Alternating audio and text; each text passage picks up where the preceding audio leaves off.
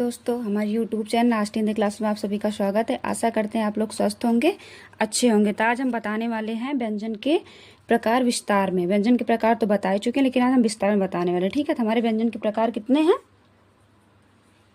3। ये तो हम बता ही चुके हैं, 3 हैं। कौन कौन से? स्पर्श व्यंजन, अंतस्थ व्यंजन, ऊष्म व्यंजन। ठीक है, स्पर्श व्यंजन को वर्गीय व्यंजन भी कहते हैं और उस व्यंजन को संघर्षी व्यंजन भी कहते हैं। ठीक है, तो हम बताने वाले हैं स्पर्श व्यंजन के बारे में। स्पर्श व्यंजन है क्या? ठीक, ऐसे वर्ण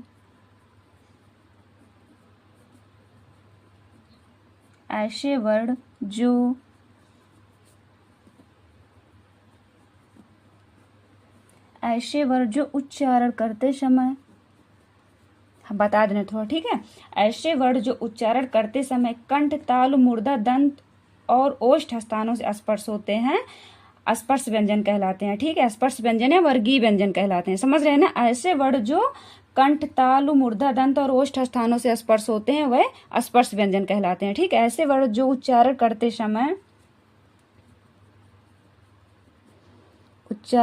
समय कंठ,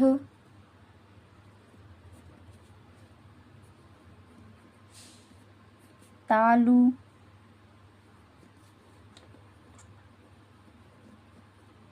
मूर्धा, दंत और ओष्ठ स्थानों से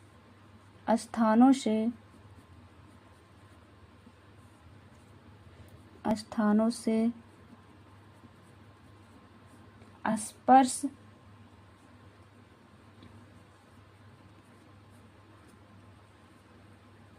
होते हैं, स्पर्श व्यंजन कहलाते हैं। ठीक है, स्पर्श व्यंजन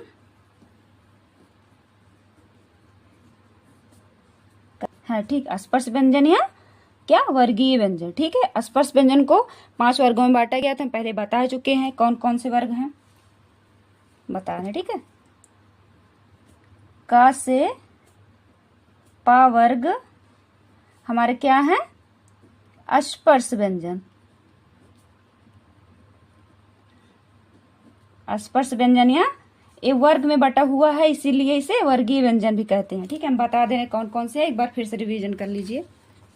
ठीक है, ए रहे हमारे। ठीक, स्पर्श व्यंजन का वर्ग, चा वर्ग, टा वर्ग, ता वर्ग, पा वर्ग। देखिए, का, खा, ग, घ, अंगा। का वर्ग, चा, छा, जा, झ, इया। चा वर्ग, टा, ठा, डा, ढ, अड़ा। टा वर्ग, ता, था, दा, धा, ना। ता वर्ग, पा, फा, बा, भा, मा, पा वर्ग। इन पांचों की संख्या 5 5, इसलिए हमारे कितने हो गए स्पर्श व्यंजन? 25। ठीक, समझ में आ गया ना? यही हमारे स्पर्श व्यंजन का से पा वर्ग हमारा स्पर्श व्यंजन, इसलिए इन्हें वर्गीय व्यंजन भी कहते हैं। ठीक, अब आते हैं अंतस्थ व्यंजन। ठीक है, अंतस्थ व्यंजन क्या है? ऐसे वर्ण जो जीभ, तालु, दांत, ओष्ठ के स्पर्श से उच्चारण किए जाएं अंतस्थ व्यंजन कहलाते हैं। किसके किसके? जीभ, तालु, दांत, ओष्ठ के परस्पर स्पर्श से, मतलब इन सब के मतलब मिलाकर जो, मतलब जब हम अंतस्थ व्यंजन जब बोलते हैं, स्पर्श करता है क्या क्या? हमारा जीभ, तालु, दांत, ओष्ठ। ठीक है, परस्पर स्पर्श से उच्चारण किए जाए अंतस्थ व्यंजन कहलाते हैं। ठीक है, तो बता रहे हैं, देखिए, ऐसे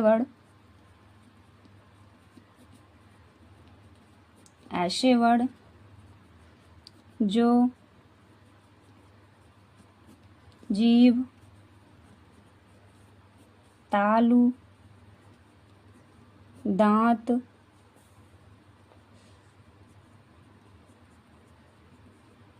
ओष्ठ के परस्पर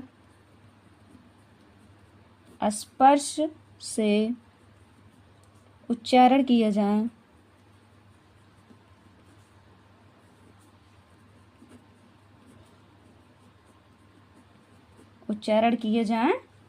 अंतस्थ व्यंजन कहलाते हैं। ठीक,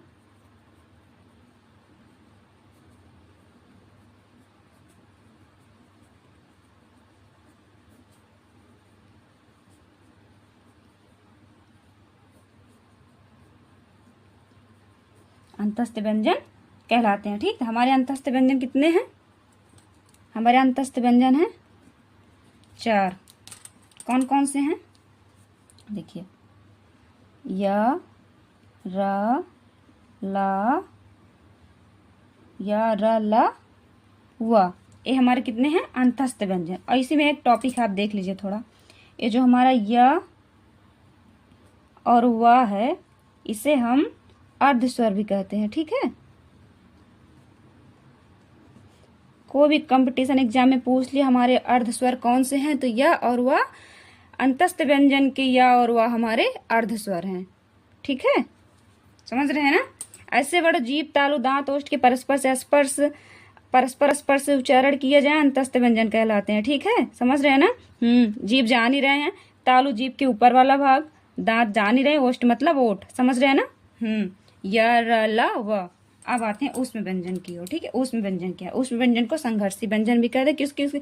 इससे मतलब ऊष्म व्यंजन में जो वर्ड आते हैं उन्हें बोलने में थोड़ा ताकत लगती है, संघर्ष। ठीक है, तो इसलिए संघर्षी व्यंजन। ठीक है, बताते हैं, देखिए। ऐसे वर्ड जो किसी स्थान पर घर्षण करते हुए उच्चारित हो, ठीक है, ऊष्म व्यंजन कहलाते हैं। समझ रहे ना? किसी स्थान पर घर्षण, घर्षण यानी करते हुए उच्चारित हो, वही हमारे क्या है? ऊष्म व्यंजन है। बताते हैं,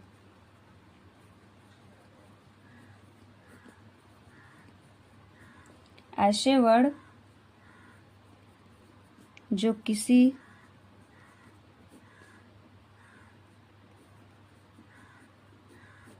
स्थान पर घर्षण करते हुए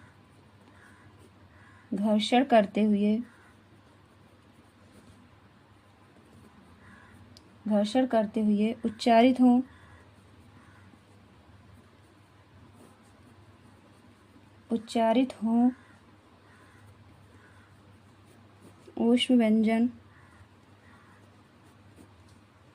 ऊष्म व्यंजन कहलाते हैं। ऐसे वर्ड जो किसी स्थान पर घर्षण करते हुए उच्चारित हों और ऊष्म व्यंजन कहलाते हैं। ठीक है ना? ऊष्म व्यंजन को संघर्षी व्यंजन भी कहते हैं। तो हमारे ऊष्म व्यंजन कौन कौन से हैं बताते हैं। देखिए, हमारे ऊष्म व्यंजन हैं श, ख, श, ह। ठीक, ये हमारा स्पर्श व्यंजन, अंतस्थ व्यंजन, ऊष्म व्यंजन। ठीक है, समझ रहे हैं ना? तो इसलिए हमारा वीडियो अच्छा लगा तो लाइक करिए, कमेंट करिए, हमारे चैनल को सब्सक्राइब करिए। ठीक है ना? और शेयर भी करिए। मिलते हैं नेक्स्ट वीडियो में। धन्यवाद।